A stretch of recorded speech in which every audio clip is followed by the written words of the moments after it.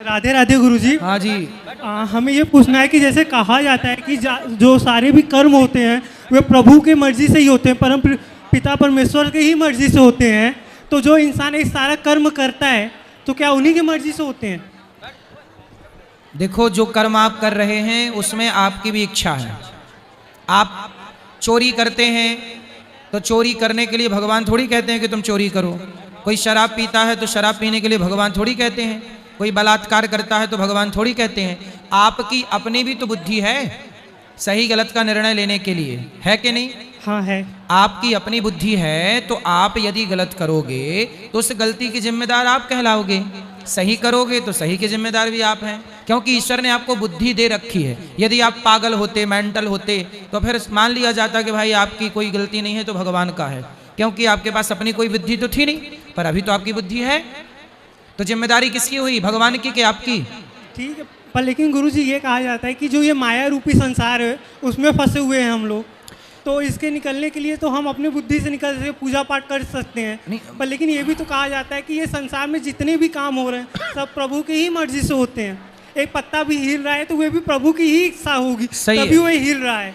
तो अगर एक इंसान पूजा पाठ करता है उसके कर्म पूर्व, जैसे हमारे पूरी शंकराचार्य जी कहते हैं, जो भी एक इंसान है जो भी एक कर्म करता है वे पहले से उसके पूर्ण कर्म जो किया है उस पर निर्धारित होकर वैसे ही कुल में हुए जन्म लेता है। उसी आधार से उसे आगे कर्म करने चाहिए उसे अपने जीवन उद्धार करने के लिए। अच्छा ये बताओ, भगवान की मर्जी के बिना पत्ता नहीं हिलता, ये आप कह रहे हो ना? अच्छा ये बताओ, ये ज्ञान जो है तो सही कि भगवान की मर्जी के बिना पत्ता नहीं हिलता, पर यह ज्ञान सबके लिए नहीं है।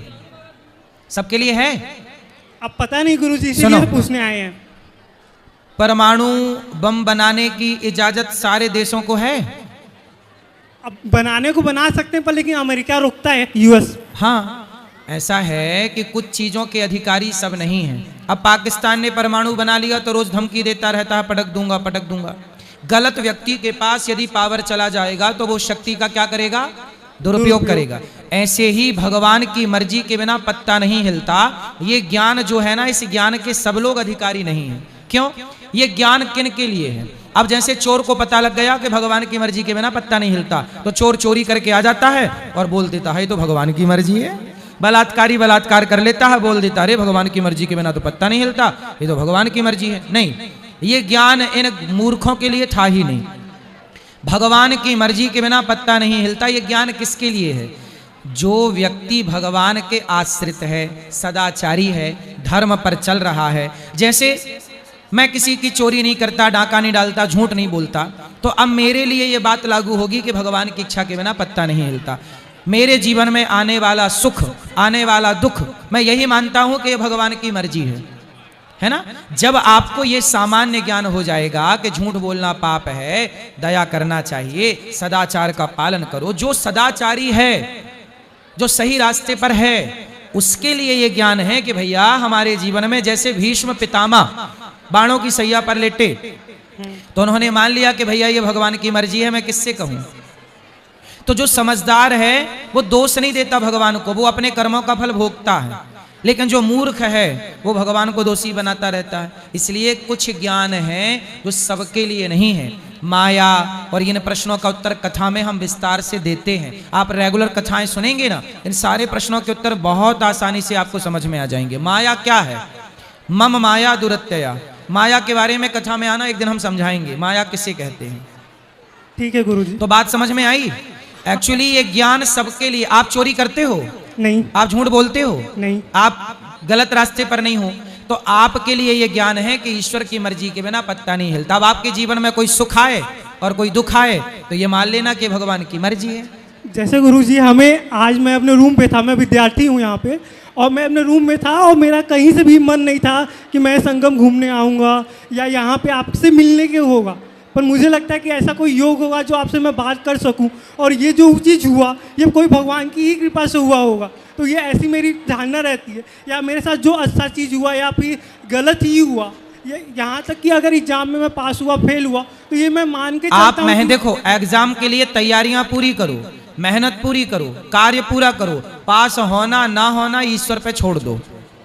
तू कर्म कर, फल मैं दूंगा। भगवान कहते हैं कर्मण्येवाधिकारस्ते मां फलेषु कदाचन। तू कर्म करता रह।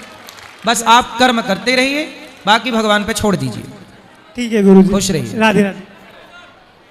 महाराज जी राधे राधे। हाँ जी आएंगे, आशा रख पगले आएगा, मायका आएगा। महाराज जी राधे राधे। जी महाराज जी मेरा प्रश्न ये है कि हम सबको चाहते हैं कि मैं सबके साथ अच्छा ही करता हूँ, पर मुझे ये लगता है कि सब मेरे साथ अच्छा नहीं करना चाहते हैं, ऐसा क्यों है? देखो, इस संसार में कोई किसी के साथ अच्छा क्यों करना चाहेगा?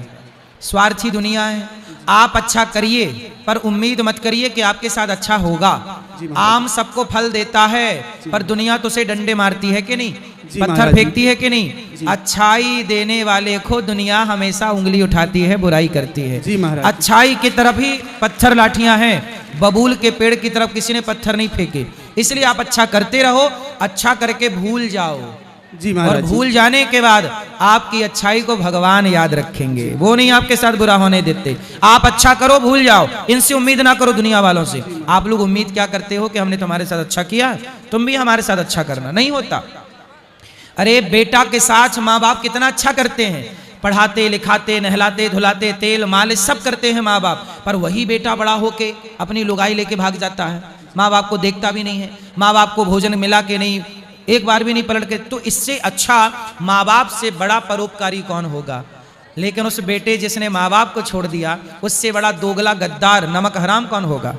तो इस दुनिया में परोपकार करने वाला उपकार भूल जाता है, इसलिए भूल जाने दो दुनिया को उपकार, लेकिन आप करते रहो। यदि आपने अच्छा किया है तो भगवान आपके साथ अच्छा करेंगे। जी महाराज, जी महाराज, प्रणाम महाराज। जी।